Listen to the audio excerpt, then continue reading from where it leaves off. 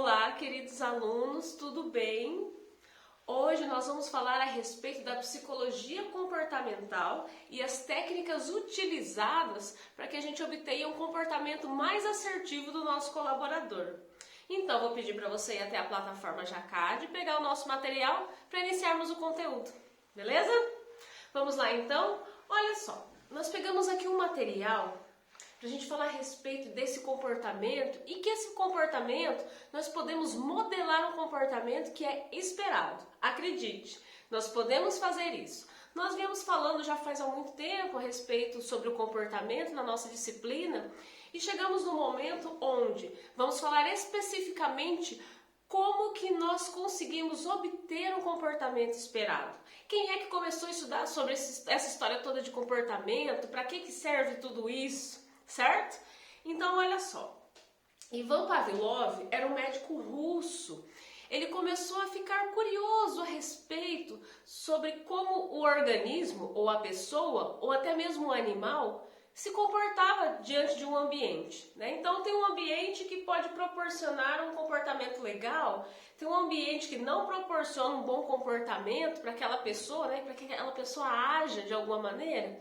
Ele começou a observar esse tipo de coisa acontecendo. Então ele começou a fazer essas pesquisas relacionadas ao organismo comportando-se no meio ambiente. E essas descobertas que ele fez deu origem a uma ciência chamada behaviorismo. Behaviorismo vem da palavra behavior, que em inglês significa comportar-se, comportamento. Então, a partir disso, em 1913, ele aliou-se, né, ao John Watson e começaram a pensar, a trabalhar, a estudar um pouco melhor sobre isso, certo? Por quê? Até uma briguinha interna assim da psicologia, sabe? Vou contar para vocês que Pavlov e Watson, quem é que descobriu sobre o behaviorismo primeiro? Então tem um negocinho assim, sabe? Enfim, entendemos que eles aliaram-se, cada um estudando a sua maneira, aliaram-se e assim surgiu esse estudo do comportamento, o behaviorismo, certo? No nosso próximo slide, os achados de Ivan Pavlov. O que ele fez? Olha só. Ele observou que o comportamento eles eram essencialmente biológicos. Por exemplo, imagina aí agora, não sei se nós já falamos sobre esse exemplo, mas eu vou utilizar porque eu acho que ele sempre funciona bem para a gente falar sobre isso. Imagine assim agora que você está pegando um limão, você está cortando esse limão e você está chupando esse limão agora. Teve gente que fez cara de nojo, teve gente que super salivou. E por quê? Alguns comportamentos são instintivos ou biológicos. Quando você nasceu, por exemplo, quem que ensinou para você que você tinha que mamar? Seja a amamentação, né, no seio da mamãe ou de alguém que pode ser uma mãe de leite, seja que você tenha tomado uma chuquinha, uma mamadeira. Então, esse comportamento de sucção também é de origem biológica, instintiva. Então, quem é que disse, quem é que te ensinou que você tinha que salivar agora no limão? Precisou salivar? Quem é que disse que você tinha que ficar com, ai, que nojo? E quem disse que quem é que te ensinou ao reflexo dessa mamada, né? Também chamado de reflexos, os comportamentos biológicos instintivos. Então, por conta desses questionamentos, o Pavlov percebeu que ele conseguia entender, que na verdade assim, ele conseguiu observar que alguns comportamentos já vêm natos, inatos, né? Nós nascemos com certos comportamentos. E aí a experiência, na verdade, que o Pavlov fez foi a seguinte: ele tinha uns cachorros, sabe? E começou a perceber que os comportamentos que ele fazia, que eram contínuos, os cachorros respondiam da mesma maneira. Por exemplo, ele fez a seguinte experiência. Ele colocava lá um pratinho de ração para os animais dele, para os cachorros dele. Quando os animais ouviam ele já fazendo a movimentação, mexendo na ração, eles já ficavam agitados. Você pode observar isso se você tem animalzinho também. Mexendo no pacote de ração, os bichinhos já ficam todos agitados. E foi a partir daí a experiência do Pavlov. Então, cheirar a comida era um estímulo incondicional que fez o cão salivar. Em seguida, ele foi lá, colocou esse pratinho de ração para o cachorrinho dele, observava essa salivação. Em seguida, ele começou a mexer no pratinho de ração e tocar um sininho. Depois, novamente, mexer no prato de ração, tocar um sininho. De repente, ele percebeu que ele não mexia mais no pacote de ração. E aí ele tocava o sininho. Somente de tocar o sino, o animal já imaginava que eles iriam comer. Então a salivação já acontecia. E por que nós estamos falando disso? Porque nós esperamos certos estímulos para que tivéssemos uma resposta. Estímulo é o que acontece para ter o comportamento. Veja lá, lembra quando você estudava na escola, que tinha aquele sino, não sei como é que era o sino da tua escola, mas tinha um sino que nós entendemos, quem é que ensinou, que quando tocava o sino, a gente tinha que entrar para a sala de aula. E quando estávamos nessa sala de aula, tocava o sino, era para a gente sair. Ou para troca de professor, enfim, não sei como é que foi o seu ensino, mas justamente por isso.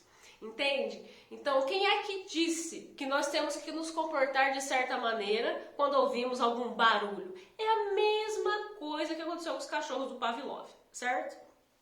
Então, a partir disso, torna-se evidente uma série de possibilidades para que a gente pudesse investigar certas funções nos seres vivos, né?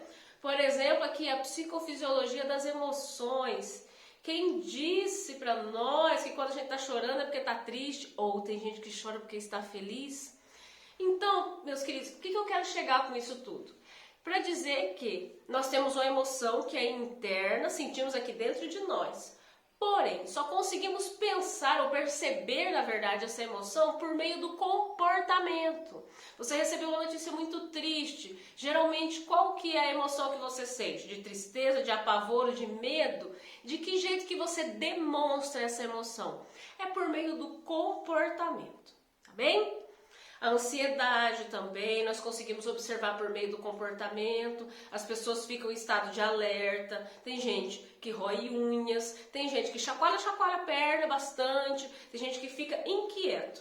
Então, por meio desses comportamentos, nós observamos que aquela pessoa está com ansiedade naquele momento, ou é de fato um ser já ansioso. Tá? Processos psicossomáticos. O que é psicossomático?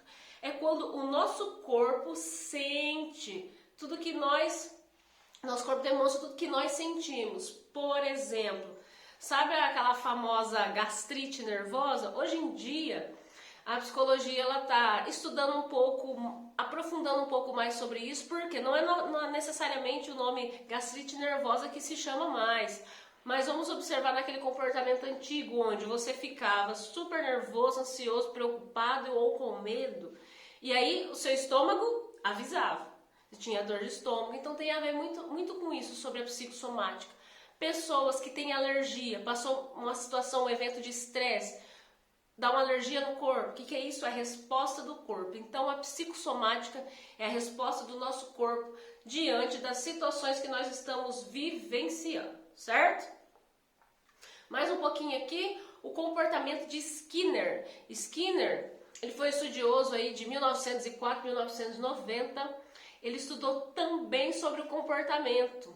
Ele é um psicólogo americano, e ele criou as famosas caixas de Skinner, que são as máquinas de ensinar. Olha só o que ele fez. Inclusive na faculdade de psicologia, nós tínhamos uma matéria sobre isso, e tem exatamente essa caixinha que você está vendo um ratinho aí dentro. Nós temos uma caixinha dessa para poder estudar sobre o comportamento, e o comportamento que pode ser controlado, tá? Que é o que nós estamos estudando nessa disciplina, logo aqui a seguir.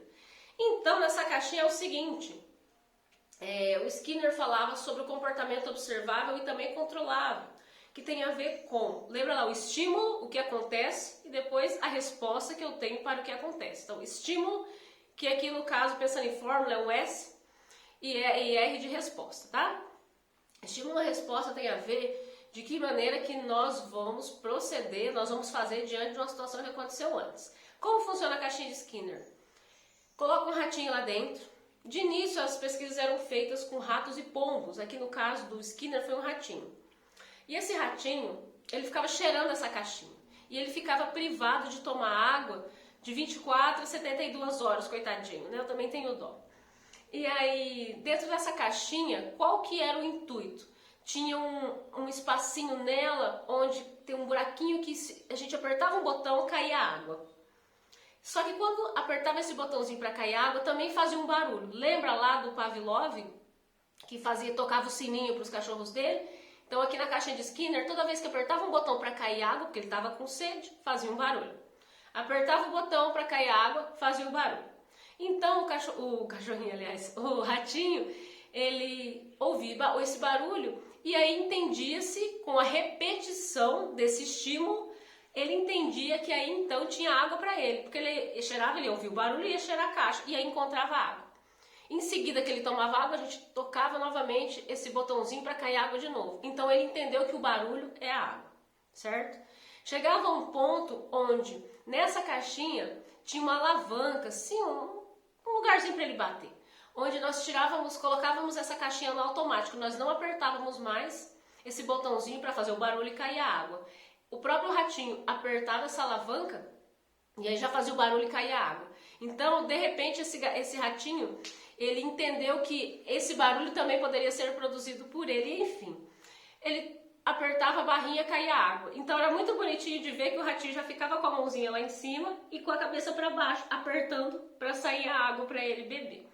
Da mesma maneira nós fazemos. Tem um monte de comportamentos que nós chamamos isso de comportamento condicionado, tá? Então as respostas modeladas tem ali no slide número 6, que nós já passamos por ele. Essa resposta condicionada, que é um comportamento esperado. Então temos um estímulo. Esse estímulo nós podemos controlar, podemos fazer algo para ter uma resposta esperada. Então a contribuição de todos esses teóricos, seja o Skinner, o Watson, o Pavlov, estudou exatamente como nós podemos ficar acostumados com certos estímulos e termos comportamentos aí que alguém espera de nós, certo? Até aqui hoje, pessoal. Na próxima aula nós vamos continuar, porque esse material é muito bacana e nos faz pensar como que nós realmente temos as respostas esperadas, né? Alguém espera uma resposta de nós, foi lá, criou um ambiente propício para que a gente possa se comportar da maneira desejada.